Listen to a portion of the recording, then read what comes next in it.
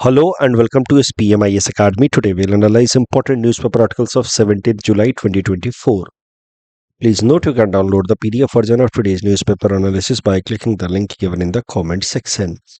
This is the list of the topics that we'll be covering from today's newspaper.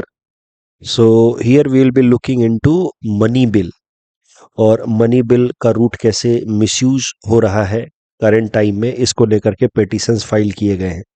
तो इसी article की मदद से पहले हम लोग देखेंगे difference between finance bill and money bill and then we will come into current context. This article is important for our syllabus GS paper 2 Indian polity point of view.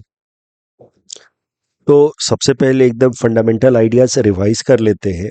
अगर कोई भी कानून बनाना होता है पार्लियामेंट को तो उसके लिए क्या क्या प्रोसेस होते हैं. First of all the bill has to be introduced in either of the house of the parliament. फिर वो बिल उस हाउस में डिबेट डिस्कशन के बाद वोटिंग के लिए रखा जाता है. जब उस हाउस से वो पास हो जाता है जहां पे उस बिल को इंट्रोड्यूस किया गया था, तो फिर उसको दूसरे हाउस में रखा जाता है और वहां पे भी आफ्टर डिबेट डिस्कशन वोटिंग के बाद अगर उसको पास कर दिया जाता है then the same bill is sent to the president for assent. और एक बार जब प्रेसिडेंट उस बिल को साइन कर देते हैं then the bill becomes an act and ready for implementation in the form of law. तो ये प्रोसेस होता है किसी भी कानून के बनने का. अब अलग अलग तरह के बिल्स होते हैं डिपेंडिंग अपॉन द पर्पस जिसके लिए उनको रखा गया है. ऑर्डिनरी बिल्स तो जो इन दोनों प्रोविजंस के अंदर नहीं आएंगे, बिल्स जो सेकेंड और थर्ड नंबर पे यहाँ मेंशन है उनको भी हम देखेंगे. Any bill which is not under the purview of these second and third पे मेंशन ये bill they will be considered as ordinary bill. तो सेकंड नंबर पे जो जिस तरह के बिल हैं वो कहे जाते हैं constitutional amendment bill.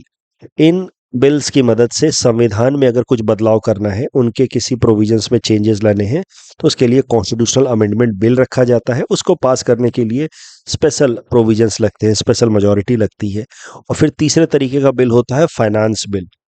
Finance bill इसके अंदर तीन सब कैटेगरीज हैं. एक है मनी बिल, दूसरा है financial bill category 1 and financial bill category 2. तो पैसे से संबंधित जो भी बिल होते हैं उनको ओवरऑल कहा जाता है फाइनेंस बिल.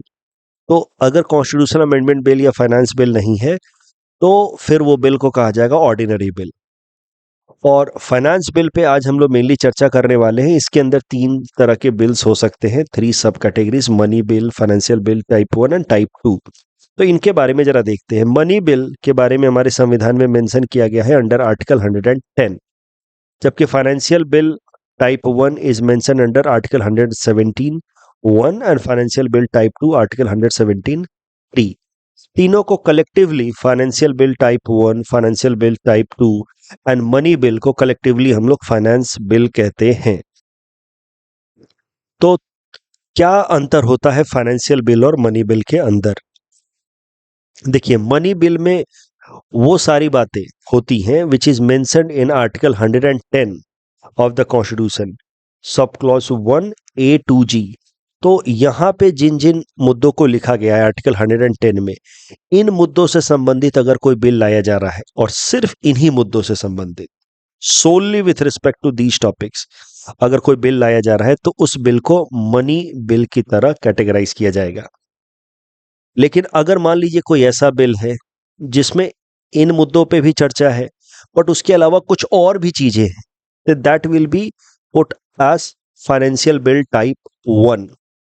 बट अगर कुछ ऐसा बिल है, ऐसा प्रोविजन है जिसमें फाइनेंस रिलेटेड तो बातें हैं but it is not with respect to topics mention in article 110, तो उसके लिए जो फाइनेंस बिल लाया जाएगा वो होगा फाइनेंशियल बिल टाइप 2. तो मैं एक बार फिर से आपको बता दूं, money bill deals with provisions that are solely under article 110A-2G. मतलब इन मुद्दों से संबंधित अगर कोई बिल है, ऐसा बिल जिसमें सिर्फ इन्हीं मुद्दों पे चर्चा है, इन्हीं मुद्दों से रिलेटेड आर्टिकल A-2G में बात की गई है, imposition, abolition, remission of taxes, alteration या रेगुलेशन ऑफ सेंट्रल और स्टेट टैक्सेस, ये सब बातें लिखी गई हैं. तो if a bill is brought which pertains to either or all of these matters only but nothing apart from this, then that can be called as money bill, categorized as money bill. If a bill includes these provision but something more, then financial bill type 1. And if it is with respect to financial matters but not with respect to article 110, then it will be brought as per financial bill type 2. अब तीनों कानून को जिस तरीके से parliament में रखा जाता है या पास किया जाता है उसमें थोड़ा अंतर है। ये मनी बिल के मामले में this can be introduced only in Lok Sabha, और इसमें राज्यसभा के पावर काफी लिमिटेड रहते हैं। ये बिल लोकसभा में तो पास करने के बाद पहले तो इंट्रोड्यूस किया जाएगा लोकसभा में, फिर लोकसभा में अगर ये पास हो गया then it will be sent to Rajya Sabha, council of states, और वहां पे राज्यसभा के पावर काफी लिमिटेड है। राज्यसभा के पास ये मनी बिल सिर्फ 14 दिन के लिए रहेगा और उसमें वो अपना ओपिनियन देंगे। लोकसभा उस ओपिनियन को मान भी सकती है, रिजेक्ट भी कर सकती है। तो point is the power of Rajya Sabha, legislative power of Rajya Sabha is very limited with respect to money bill.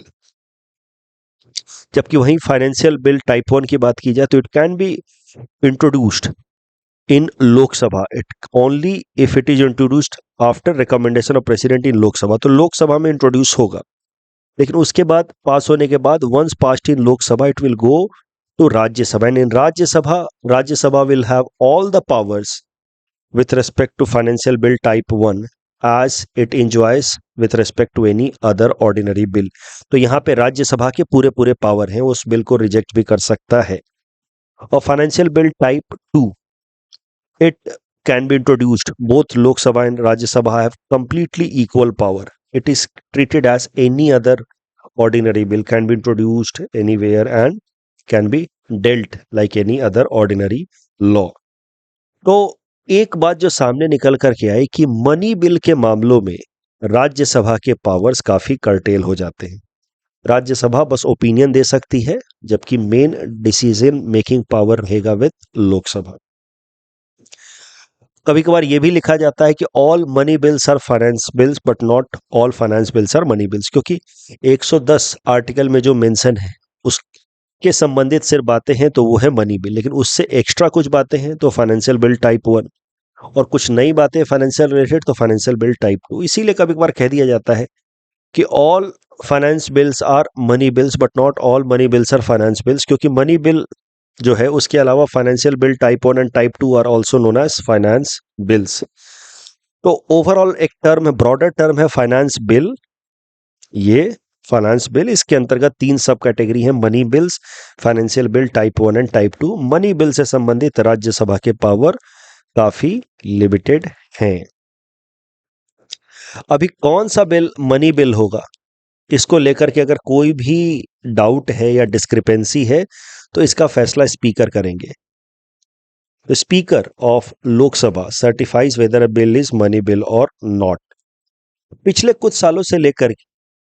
कुछ सालों में ये मनी बिल के प्रोविजन को लेकर के थोड़े बहुत कंट्रोवर्सीज हुई है, क्योंकि ऐसे ऐसे बिल मनी बिल की तरह सर्टिफाई किए गए हैं बाय द स्पीकर, जिसको इन जनरल मनी बिल की तरह नहीं होना चाहिए as per constitutional experts. For example Aadhaar को स्टैट्यूटरी स्टेटस देने के लिए सरकार लेकर के आई आधार बिल इन 2016-17। आधार को रखा गया एज मनी बिल और स्पीकर ने उसको सर्टिफाई भी कर दिया एज मनी बिल। तो इसको लेकर के काफी डिस्प्यूट हुआ, काफी कंट्रोवर्सी हुई। फिर ट्रिब्यूनल्स में मेंबर्स के पर्क्स, सैलरीज को लेकर के भी इस तरीके का एक बिल रखा गया था जिसको मनी बिल की तरह रखा गया। इसको लेकर के भी काफी कंट्रोवर्सी हुई कि such bills at best should be put at as financial bill type 1 but not money bill. But speaker ने सर्टिफाई कर दिया इसको एज ए मनी बिल। तो इस तरह के कंट्रोवर्सीज के बाद और इस तरह की कुछ इश्यूज के बाद 2 मुद्दे निकल कर के सामने आ रहे हैं with respect to money bill. पहला कि मनी बिल वाला जो रूट है ये मिसयूज हो रहा है perhaps by the party in power, क्योंकि उसी के पास अल्टीमेटली पावर होता है मनी बिल इंट्रोड्यूस करने का, प्रेसिडेंट से अप्रूव करा करके।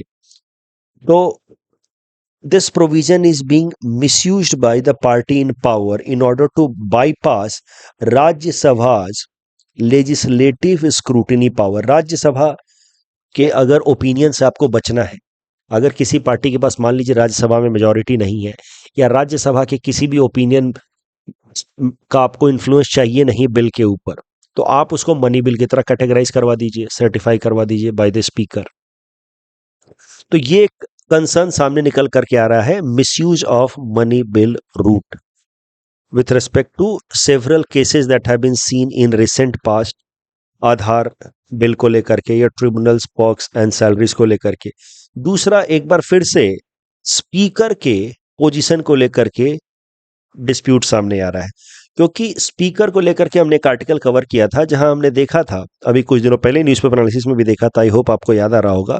तो speaker of Lok Sabha is expected to act in non partisan manner, वो किसी एक पार्टी के फेवर में होकर के बिहेव उनको नहीं करना चाहिए। He should be acting in completely neutral and impartial manner. लेकिन कहीं ना कहीं जब वो सर्टिफाई कर रहे हैं ऐसे बिल को जो कॉन्स्टिट्यूशनल एक्सपर्ट्स का मानना है कि मनी बिल नहीं होना चाहिए, फिर भी उसको मनी बिल की तरह सर्टिफाई कर रहे हैं on assertion of the government या पार्टी इन पावर, तो कहीं ना कहीं वो पार्टीशनशिप या नॉन न्यूट्रलिटी रिफ्लेक्ट कर रहे हैं, इम्पार्शियलिटी के प्रोविजन को वायलेट करते हुए देखे जा रहे हैं। तो these are the two main concerns that have been seen with respect to money bill in recent time. इन्हीं चीजों को देखते हुए सुप्रीम कोर्ट ने क्या कहा कि Lok Sabha speaker's decision can be subjected to judicial review. वैसे तो माना जाता है कि if a dispute arises over whether a bill is money bill or not, the Lok Sabha speaker's decision will be final। लेकिन सुप्रीम कोर्ट ने तो बहुत पहले ही कह रखा है कि the judicial review power of Supreme Court is part of the basic structure of the Indian Constitution। उसका इस्तेमाल करते हुए जुडिशरी ने कहा कि वो लोकसभा के स्पीकर के भी फैसले का जुडिशियल स्क्रूटिनी कर सकते हैं if it has been done with some malified intention, तो उसको रिवर्स भी कर सकते हैं। और ऐसा ही केस पहुंचा था सुप्रीम कोर्ट के अंदर, जब सुप्रीम कोर्ट ने कह दिया कि लोकसभा स्पीकर का जो फैसला होगा वो फाइनल नहीं होगा and it can be subjected to judicial review, क्योंकि judicial review is basic structure of the Indian constitution. तो फिर मनी बिल की तरह जब रखा गया था आधार बिल को, जब आधार को स्टैट्यूटरी स्टेटस देना था, आधार का वैसे तो प्रोविजन काफी पहले ला दिया गया था, 2012-13 में ही ला दिया गया था, जहां सब लोगों का आधार एक यूनिक आईडी नंबर क्रिएट किया जा रहा था। पर बाद में 2016-17 में फैसला किया गया कि लोगों को जो ये आधार के अंतर्गत यूनिक आईडी दी जा रही है, इस पूरे सिस्टम को स्टैट्यूटरी बैकिंग दी जाए, मतलब कानूनी तौर पे इस सिस्टम को इंप्लीमेंट किया जाए। तो इसके लिए आधार बिल लाया गया, उस आधार बिल को स्पीकर ने सर्टिफाई किया एज मनी बिल। फिर मामला पहुंचा सुप्रीम कोर्ट में, क्योंकि सुप्रीम कोर्ट कह चुकी थी कि speaker's decision can be subjected to judicial review. Supreme court ने 2018 में 4-1 की मेजॉरिटी से फैसला लिया कि आधार बिल को जो मनी बिल की तरह कैटेगराइज किया है स्पीकर ने, वो कॉन्स्टिट्यूशनल है, इसमें कुछ भी ऐसा गलत नहीं है। बट उस टाइम में ये जो 4-1 की मेजॉरिटी से फैसला हुआ था, उसमें जो एक जज थे जो माइनॉरिटी में पड़ गए, जिन्होंने डिसेंट किया था, मतलब क्रिटिसाइज किया था स्पीकर के इस फैसले को to categorize money bill as Aadhaar as a money bill, वो जज उस टाइम थे जस्टिस डीवाई चंद्रचूड़, जो अब भारत के चीफ जस्टिस हैं, चीफ जस्टिस ऑफ इंडिया। उन्होंने उस टाइम में भी कहा था कि passing of Aadhaar act as money bill is fraud on constitution. हाल फिलहाल में यह मुद्दा क्यों उठ रहा है वापस, तो सुप्रीम कोर्ट ने कई सारे पिटीशंस अब एक्सेप्ट कर लिए हैं जहां पे ये क्लेम किया गया उन पिटीशंस में कि मनी बिल रूट का सरकार मिसयूज कर रही है। तो सुप्रीम कोर्ट को अब इस मुद्दे पे कोई फैसला लेना चाहिए और सरकार को इस पे डायरेक्शंस देने चाहिए। अब देखना होगा, ये जो सुप्रीम कोर्ट ने पिटीशंस एक्सेप्ट किए हैं, this is an act of judicial activism. But अब इसमें अगर सुप्रीम कोर्ट कुछ ऐसे आदेश दे देती है जो एग्जीक्यूटिव्स के एक्शंस को कर्टेल करता है, जस्टिफाइबल एक्शंस को कर्टेल करता है, तो उस केस में फिर वो हो सकता है जुडिशियल ओवररीच। तो अब सुप्रीम कोर्ट ने पिटीशंस एक्सेप्ट किए हैं, जहां वो अब इवैल्यूएट करेगी, एक्सप्लोर करेगी कि किन किन बिल को मनी बिल कैटेगराइज किया जा सकता है, किसको नहीं किया जा सकता। तो मे बी सुप्रीम कोर्ट इन पिटीशंस के आधार पे कुछ गाइडलाइंस रिलीज करे फॉर द स्पीकर, जिसको स्पीकर को मानना पड़े। बट फिर in that case that can be considered as encroachment in parliamentary functions, which can be considered as judicial overreach. तो देखना होगा आगे इसमें और क्या अनफोल्डमेंट होता है इस इशू पे। लेकिन सुप्रीम कोर्ट ने अब पिटीशंस एक्सेप्ट कर लिए हैं, जहां वो मनी बिल रूट के मिसयूज को लेकर के अब अपना ओपिनियन देगी आने वाले समय में।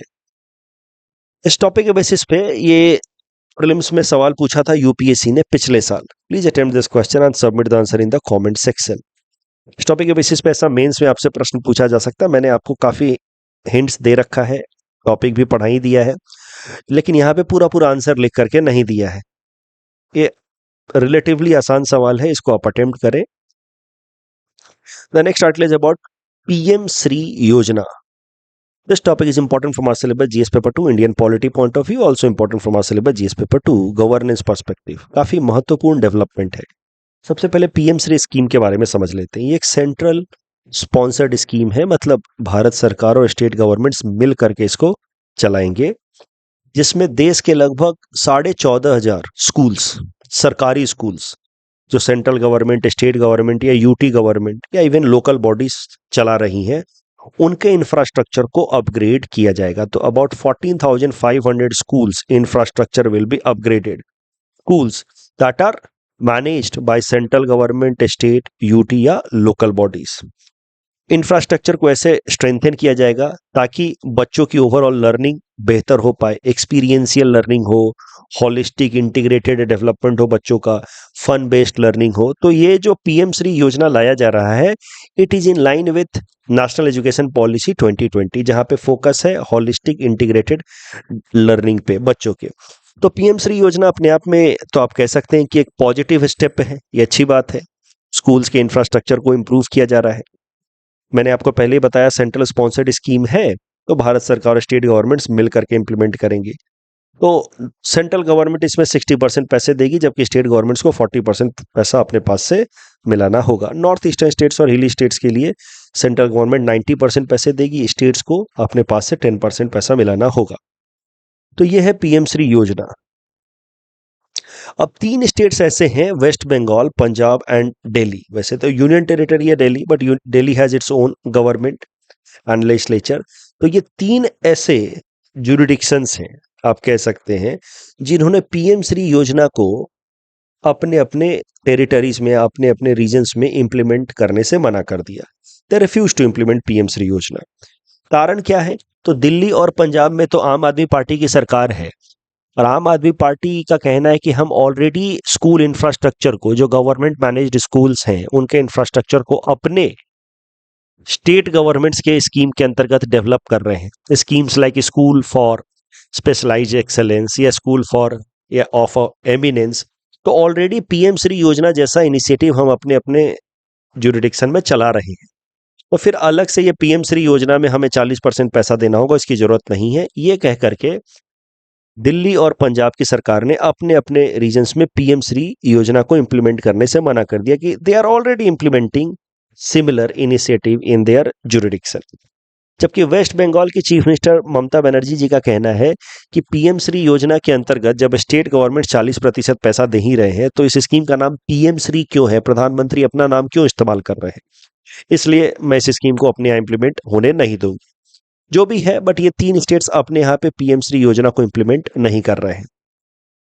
अब हुआ क्या है हाल फिलहाल में कि सेंट्रल गवर्नमेंट ने इन 3 स्टेट्स की फंडिंग रोक दी अंडर समग्र शिक्षा अभियान। तो ये एक दूसरी स्कीम है, समग्र शिक्षा अभियान।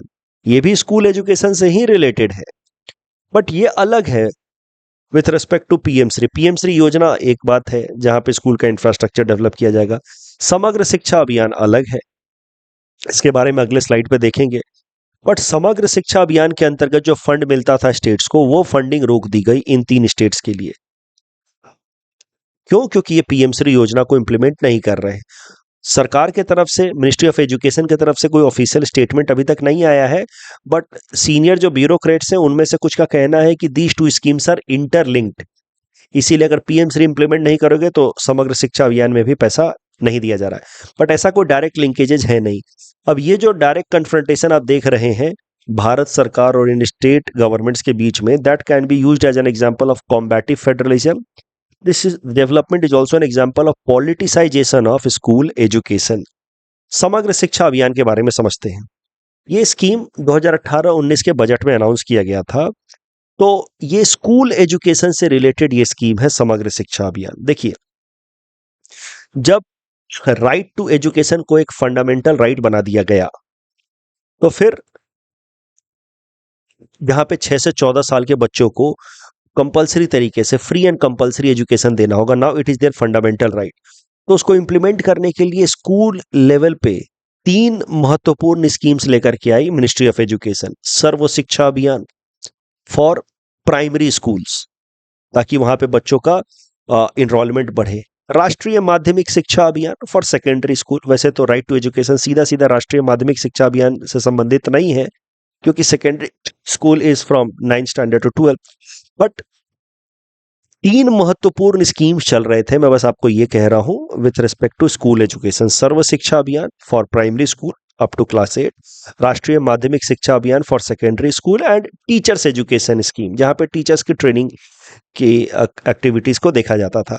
बाद में यूनियन बजट 2018-19 में भारत सरकार ने तीनों स्कीम्स को सब्ज्यूम कर दिया, आपस में मर्ज करके एक ब्रॉडर स्कीम बना दिया, समग्र शिक्षा अभियान। तो आप सरल भाषा में कह सकते हैं कि समग्र शिक्षा अभियान एक ब्रॉडर स्कीम है with respect to school education, जहां पे primary secondary school education quality पे फोकस किया जाता है, plus teachers training is also included under Samagra Shiksha अभियान। ये भी एक सेंट्रल स्पॉन्सर्ड स्कीम है, जिसमें 60% पैसा सेंट्रल गवर्नमेंट देती है, 40% स्टेट गवर्नमेंट्स देती है। नॉर्थ ईस्टर्न स्टेट्स और हिमालयन स्टेट्स के लिए सेंटर का कंट्रीब्यूशन 90% होता है।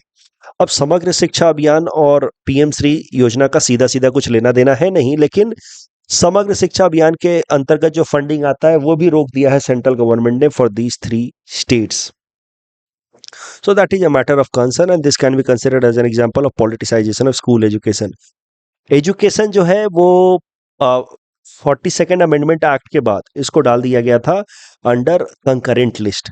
तो ये भी एक कारण हो जाता है कि कई बार एजुकेशन रिलेटेड इनिशिएटिव्स में डिस्प्यूट्स हो जाते हैं सेंटर और स्टेट के बीच में, क्योंकि वो मामला कंकरेंट लिस्ट का है। इस टॉपिक के बेसिस पे प्रीलिम्स प्रैक्टिस क्वेश्चन हमने आपको दे रखा है। Please attend this question and submit the answer in the comment section. The next article is about national quantum mission. This topic is important from our syllabus GS paper 3 science and technology point of view. तो quantum mission समझने से पहले quantum and classical computing के बीच का technical अंतर समझ लेते हैं। देखिए, जो नॉर्मली कंप्यूटर्स हम लोग इस्तेमाल करते हैं, इनके अंदर जो कंप्यूटिंग कैलकुलेशन मेथड्स चलते हैं वो होते हैं थ्रू क्लासिकल कंप्यूटिंग मेथड्स। और ये जो क्लासिकल कंप्यूटिंग मेथड्स हैं ये फंक्शन करते हैं with help of electrical impulses. Electrical impulses which works in binary mode 0-1। तो कोई भी इनपुट हम जब देते हैं it is sent to the CPU through electrical impulses, और वो जो इलेक्ट्रिकल इम्पल्सेस होता है वो प्रोसेसर को बाइनरी मोड में इंफॉर्मेशन देता है, यस और नो, यस और नो, ऐसा। ठीक है, तो सरल भाषा में कहें तो जो क्लासिकल कंप्यूटिंग सिस्टम होता है, नॉर्मली जो कंप्यूटर्स हम और आप इस्तेमाल करते हैं, उसके अंदर जो भी इंफॉर्मेशंस दिए जाते हैं या रिट्रीव किए जाते हैं, it is in the form of electrical impulses and they are sent in binary manner. इस कारण से इसकी प्रोसेसिंग काफी लिमिटेड रहती है, लिमिटेड प्रोसेसिंग। यहीं इसके ठीक विपरीत क्वांटम कंप्यूटिंग सिस्टम के अंदर इलेक्ट्रिकल इम्पल्सेस का इस्तेमाल नहीं किया जाता है डायरेक्शन सेंड करने के लिए, इंफॉर्मेशन सेंड करने के लिए। यहां इस्तेमाल किया जाता है क्यूबिट्स का। क्यूबिट्स आर सब एटॉमिक पार्टिकल। सब एटॉमिक पार्टिकल्स मतलब एटम से छोटे पार्टिकल, जैसे कि इलेक्ट्रॉन्स और फोटॉन्स, इनका इस्तेमाल किया जाता है। इलेक्ट्रॉन्स और फोटॉन्स की खास बात क्या है कि they are particle at the same time they are waves, right. Particle wave nature दोनों रिफ्लेक्ट करते हैं ये एक साथ। तो वेव्स इस कारण से किसी एक फॉर्म में नहीं रहता, 0 या 1 के फॉर्म में नहीं रहेगा, it has multiple intermediary phase also. 0 और 1 के बीच में भी अलग अलग वो स्टेजेस में आ सकता है। तो क्लासिकल कंप्यूटर्स इस्तेमाल करता है इलेक्ट्रिकल इम्पल्सेस का, 0 और 1 बाइनरी मोड में वो इंस्ट्रक्शंस देता है, जबकि क्वांटम कंप्यूटर्स इस्तेमाल करते हैं क्यूबिट्स का, जिसकी मदद से वो क्वांटम कंप्यूटिंग करते हैं, जिसमें एक बार में वो हजारों हजारों इंस्ट्रक्शंस दे सकते हैं, since they use qubits, and qubits एक बार में हजारों स्टेजेज में रह सकता है, 0 और 1 के बीच में भी उसके अंदर कई सारे स्टेजेज हैं।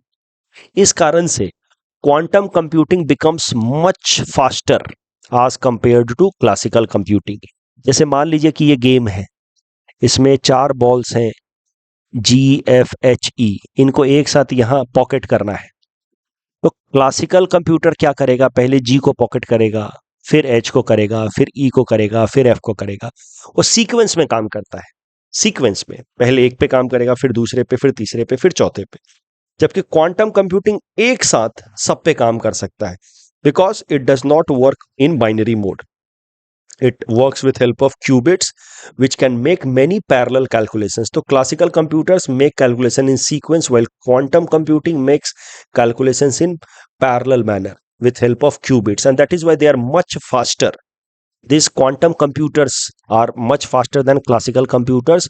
They are even faster than supercomputers, because supercomputers also ultimately use classical physics only, but in more upgraded manner. So quantum computers are going to be the next big things. They will have multiple level of calculation, higher level of calculation at a faster pace.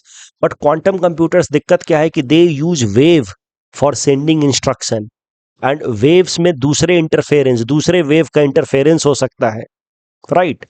Sound मैं आपको दे रहा हूं, मैं बोल रहा हूं कुछ, भी बीच में तेज हवा बह पड़ी तो आपको आवाज धीमी आएगी, कम आएगी, क्योंकि वेव का इंटरफेरेंस हो गया। तो चूंकि क्वांटम कंप्यूटर्स वेव का इस्तेमाल करते हैं इंस्ट्रक्शन लेने और देने के लिए, इसलिए वहां पे इंटरफेरेंस होने के चांसेस रहते हैं और कंप्यूटिंग में कुछ एरर आने के चांसेस रहते हैं। ये एक प्रॉब्लम है, but otherwise quantum computers are much faster, and that is why future of computing is quantum computers, not super computers but quantum computers. और इस चीज को ध्यान में रखते हुए फिर भारत सरकार ने स्टार्ट किया पिछले साल 2023 में, बजट के दौरान अनाउंस किया नेशनल क्वांटम मिशन। लगभग 6000 करोड़ का यह प्रोजेक्ट है, जिसमें क्वांटम कंप्यूटिंग टेक्नोलॉजी को डेवलप करने की कोशिश की जाएगी over a period of 8 years. तो भारत दुनिया के 6 ऐसे देशों में से एक देश बन गया है जो क्वांटम कंप्यूटिंग के लिए अलग से डेडिकेटेड मिशन स्टार्ट किया है।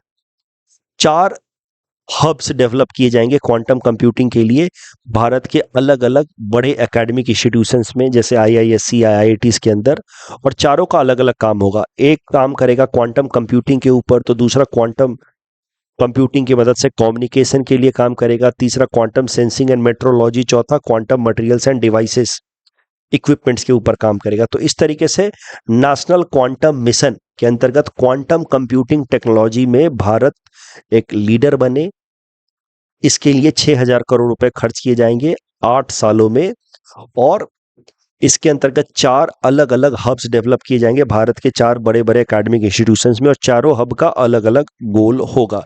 यह है नेशनल क्वांटम मिशन। अब ये तो नेशनल क्वांटम मिशन पिछले साल ही इंप्लीमेंट कर दिया गया था, लेकिन हाल फिलहाल में एक रिपोर्ट पब्लिश की इतिहासा रिसर्च नाम के नॉन प्रॉफिट ऑर्गेनाइजेशन ने, जिसने दुनिया भर में क्वांटम टेक्नोलॉजीज को लेकर के चल रहे रिसर्च डेवलपमेंट की एनालिसिस करके रिपोर्ट पब्लिश की है कि कहां पे कितना प्रोग्रेस हो रहा है। उसमें इन्होंने बताया कि भारत में जो बजटरी एलोकेशन हुआ है लगभग 6000 करोड़ रुपए का, वो तो इंप्रेसिव नंबर है वैसे from Indian standard, but in billion dollar it is just $0.75 billion, which is very less, very low as compare to the investment made by China, US और UK in the direction of quantum computing. जैसे China is about to spend $15 billion, US $3.75 billion, UK about $4.3 billion in the field of quantum technology.